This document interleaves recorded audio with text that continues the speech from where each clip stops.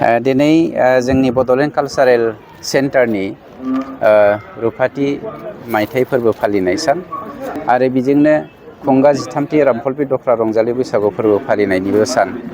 बे हाबाफारियाव मोनसे हारिमुनि बाथ्राखौ लानानै आरो बड'लेण्ड कालचारेल सेन्टारनि सोमोन्दै रामफलबिनि सोमोन्दै बिजिरलायनो सावरायलायनो बेखौ गुवारै फोसावलायनो थाखाय मोनसे जख'न्थाइ जिरायदोंमोन। बे जख'न्थायाव बाहागो लानो मोननानै गावखौनो खोब गोजोननाय मोनदों।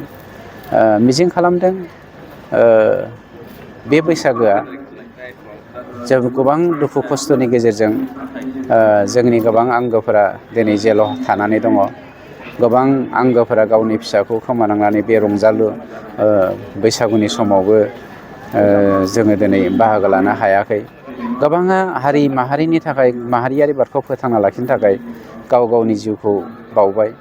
आफा इसोरा जेब्लायबो बिथांमोननि जिउमाजों थादों, बिथांमोननि न'खराव जेब्लायबो आशीर्बाद होथों। जाय जोंनि आंगोफोरा जेलाव दङ बिथांमोननि जिउमायावबो जेब्लायबो इसोरा बाहागो लाथों। जेन' सानसे समाव जों बयबो नाजालायनायनि गेजेरजों खौसेथिनि बान्दोजों मोनसे गुफुं समखौ जोङो दाखांफिननो हागोन।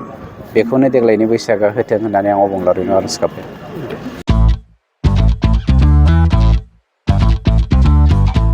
गोजोनथाव खौरां! नोंथाङा नोंथांनि गला एबा अफिस फसंथानफोरखौ जोंख्लाब माख्लाब साजायनो गोसो गैया नामा? नोंथांनि गलाफोरखौ बायदि बायदि रोखोमनि जोंख्लाब माख्लाब खालामनानै साजायनो थाखाय क'क्राझार नोगोरनि सिङाव थानाय गौरांभेलि हटेल साखाथियाव चाणक्य आर्ट एन्ड डिजाइन गलाया लानानै फैदों बायदि बायदि रोखोमनि आर्ट डिजाइन। क'क्राझार नोगोरनि सिङाव थानाय गौरांभेलि हटेल साखाथियाव चाणक्य आर्ट एन्ड डिजाइन गलाया नोंथांमोननि थाखाय लानानै फैदों नोंथांनि गलाखौ जोंख्लाब माख्लाब खालामनो गोबां रोखोमनि आर्ट डिजाइन। बेफोर आर्ट डिजाइनफोरनि गेजेराव दं 3D signboard, 2D signboard, acrylic trophy, ACP panel, name plates, retro', reflective signboard, neon साइनबोर्डफोरनि आर्ट डिजाइनफोरखौ नोंथाङा चाणक्य आर्ट एन्ड डिजाइन गलानिफ्राय मोनफुंनो हागोन। बेनि अनगायैबो इनग्रेभिं सार्भिस, आर्क्राइलिक लेटार काटिं, MDF जालि काटिं, लग', ग्राफिक्स डिजाइन आरो कास्टमाइज गिफ्ट आइटेम्सफोरखौ नोंथांमोननि गलानि थाखाय चाणक्य आर्ट एन्ड डिजाइन गलाया लानानै फैदों आर्ट डिजाइन।